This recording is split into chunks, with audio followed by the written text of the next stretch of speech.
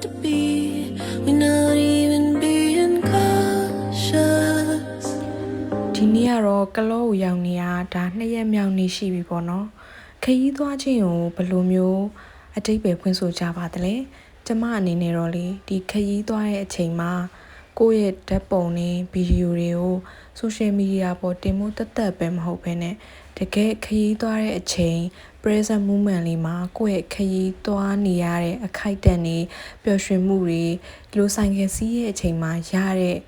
လေအေးလေးတိုက်လာတာတွေအဲ့လိုမျိုးလေးတွေခံစားချက်လေးတွေကို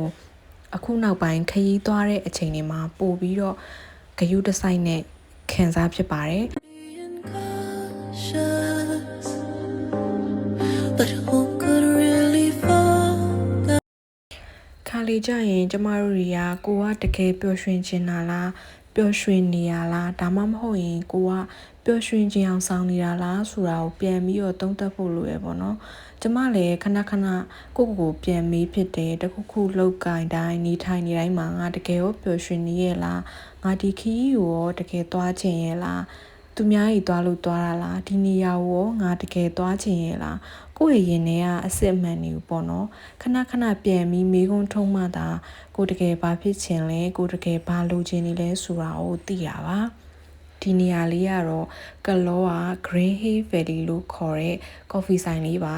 သူကလေတစ်တော်ထဲမှာတန့်လေးတွေပြီးွားရင်မီးလုံးလေးတွေရှိရဲညနေဘက်ဆိုရင်တော့ပို့ပြီးတော့ထိုင်လို့ကောင်းမယ်ထင်တယ်ကျမသွားခဲ့တာကတော့မနက်ပိုင်းမနက်စောစောပေါ့နော်ဒါပေမဲ့လည်းထိုင်တဲ့နေရာလေးကအေးစစ်စစ်ဖြစ်ပြီးတော့လူလည်းတိတ်မရှိဘူးဆိုတော့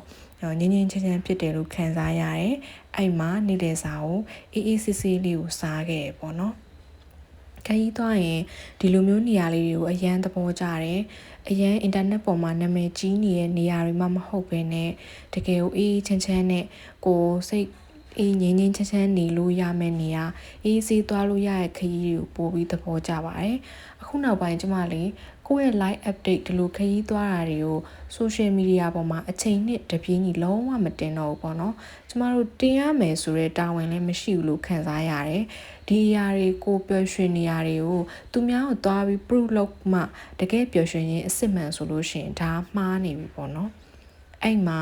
သူကဒီလိုမျိုးဓာတ်ပုံရိုက်လို့လှတဲ့ photo spot လေးတွေအဲ့လိုမျိုးလေးထားပေးထားရပေါ့နော်ခုံနှန်းဖြူဖြူရှည်ရှည်လေးတွေပြီးွားရင်အပင်စိမ့်စိမ့်လေးတွေ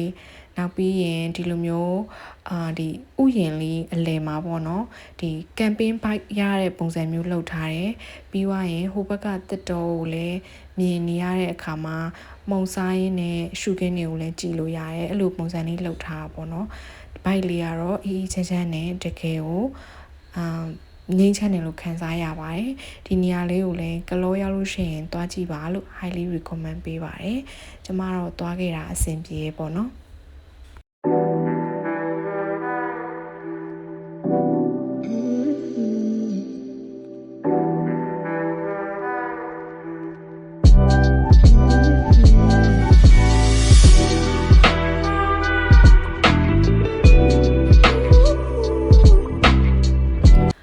အိမ်မှာမနက်စာနဲ့နေ့လယ်စာပေါင်းပြီးစားသလိုဖြစ်သွားရပေါ့နော်အမှန်တော့ကလောစည်းနေကို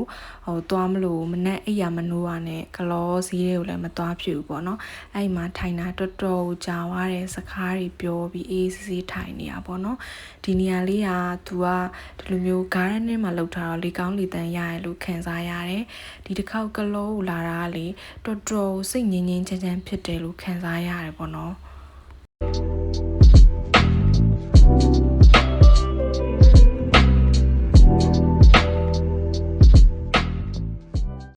အဲ့ဆိုင်ထဲမှာလေကျမအရန်စိုက်ချင်နေရဲ့အရန်သဘောကျတဲ့ဒီဇီပန်းလေးတွေ့ခဲ့ပါတယ်တနေ့နေ့တော့စိုက်ဖြစ်အောင်ပါ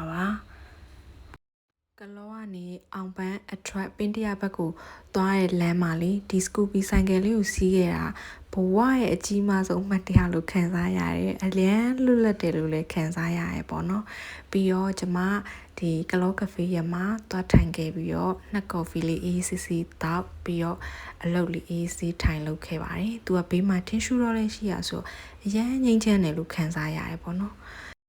ကျမတို့ရဲ့ဘဝမှာလေဒီလိုအပျော်တွေပဲဖြစ်ဖြစ်စိတ်ညစ်စရာတွေပဲဖြစ်ဖြစ်ဘယ်အရာမှကိုယ်နဲ့အကြိုက်အတူရှိမနေဘူးလို့ခံစားရတယ်အဲ့တော့ဒီလိုမျိုးအတူကိုယ်စီမှာဒီလိုပျော်ရွှင်မှုရှိနေတဲ့အခိုက်အတန့်လေးတွေကိုအကောင်းဆုံးခံစားရတာကလူဖြစ်အကျိုးနဲ့ခြင်းအဓိပ္ပာယ်တစ်ခုလို့ခံစားရတယ်လူတိုင်းကဘဝတစ်ခုရလာပြီဆိုရင်မသွဲမတီကြုံရမှာတော့ဒီလိုမျိုးစိတ်ညစ်ရမယ်ပျော်ရမယ်ဝမ်းနည်းရမယ်ကျမကတော့လေအခုနောက်ပိုင်းတိတ်ဆိတ်တဲ့နေရာတွေပိုသဘောကျလာတယ်တိတ်ဆိတ်နေရတာကိုကြိုက်တယ်တိတ်ဆိတ်စူးစမ်းရတာကြိုက်တယ်တိတ်ဆိတ်ခရီးသွားရတာကိုကြိုက်တယ်ပေါ့နော်တိတ်ဆိတ်ခြင်းတွေကိုပို့ပြီးတော့မမောလာပါတယ်ခုလျှောက်သွားပြီးတော့ညဘက်ရောက်တော့ကလောဟာဟိုင်းဘာကိုသွားခဲ့ပါတယ်ဒါကျမရဲ့ very first time ဟိုင်းဘာ experience ပေါ့နော်ဒီမှာလူငယ်လေးတွေလည်းလာကြတာလည်းများတယ်ပြီးရင် तू ကအဲ့လိုအမီးနှမျိုးအလကားကျွေရပေါ့နော်သူ့ရဲ့ bike ကလေအရန်မိုက်တယ် freedom ဖြစ်ပြီးတော့တကယ်ကို chill fight အစ်ခံစားရတယ်ပေါ့နော်ကျမတို့တော်တော်သဘောကျတယ် But who